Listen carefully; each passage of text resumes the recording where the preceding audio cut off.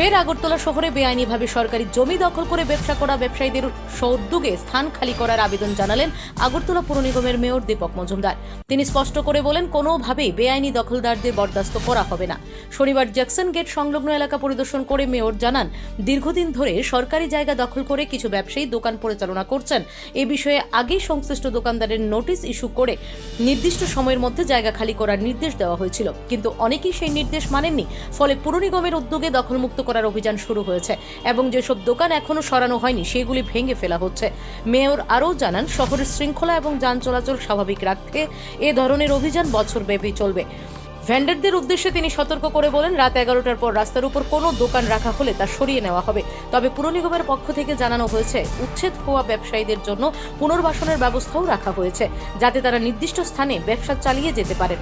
এই জায়গাটা আগেও এটা সংলগ্ন জায়গাটা দখল করা ছিল, সরকারি জায়গা, সেটা আমরা মুক্ত করেছিলাম 2019-এর দিকে।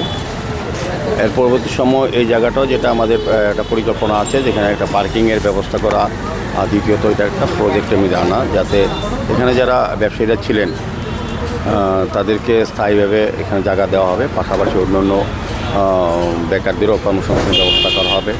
তো এটা সরকারিভাবে একটা বড় পরিকল্পনা গ্রহণ করা হবে। প্রায় সবটা মিলে 1200 স্কোয়ার ফিটের মতো হবে জায়গা টোটালি, সবটা এটা মিলে।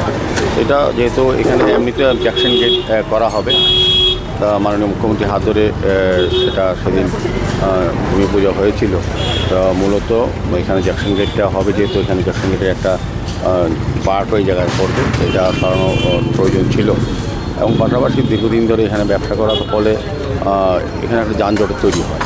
তা আমরা ভেবেছি না, এগুলো সমস্ত শহরে আমরা কিছুদিনের মধ্যে পশ্চিমের দিকে, যেটা নেতাজি চৌমুহনী যে বাদিকে দোকান, সেগুলিকেও আমরা সরানোর নোটিশ দিয়েছি। তো এগুলিকে সরিয়ে দেওয়া বা আগরতলা শহরে যেখানে যানজট তৈরি হয় বা মানুষের স্বাভাবিক চলাচল অসুবিধা হয়, সেসব ব্যবসা প্রতিষ্ঠানকে আমরা রিকোয়েস্ট করেছি, যারা কথা শুনছে তাদেরকে বিকল্প জায়গা দিচ্ছি।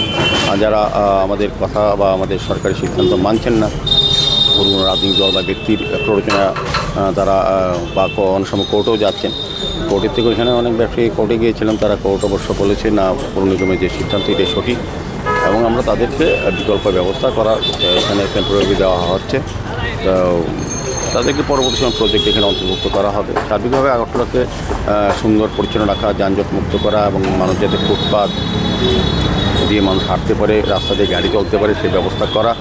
এবং বিশেষ করে যারা বেআইনিভাবে ফুটপাত দখল করে বা রাস্তা দখল করে ব্যবসা করছেন বা কিংবা কভার ড্রেনের উপর গাড়ি রাখছেন, তাদেরকে আমরা আগে নোটিশ করেছি। আজকেও আপনাদের মাধ্যমে অনুরোধ করবো তাদের সরিয়ে নেয়। আমাদের পৌর নিগম থেকে, আমাদের সরকারের ব্যবস্থাপনায়, আমাদের ট্রাফিক দপ্তর এবং অন্যান্য আরক্ষা দপ্তরের সহযোগিতায় আমরা এই কাজটা করছি। এটা ধারাবাহিক চলবে এবং সমস্ত ব্যবসায়ীকে বলবো, যারা অনৈতিকভাবে রাস্তা দখল করে ব্যবসা করছেন তাদেরকে সরে যেতে আমরা কিন্তু সরিয়ে দিয়েছি। আর আজকে ধারাবাহিক থাকবে, এরকম না যে আজকে সরানো হলো কালকে আবার বসে যাবে, এই বিষয় না। এটা ধারাবাহিকভাবে আমাদের সিদ্ধান্ত হয়ে গেছে। এখন সারা বছরব্যাপী এই অভিযান থাকবে, কাজেই যাতে ব্যবসায়ীরা নিজেরাই সরে যান, সেদিকে আমি অনুরোধ রাখছি।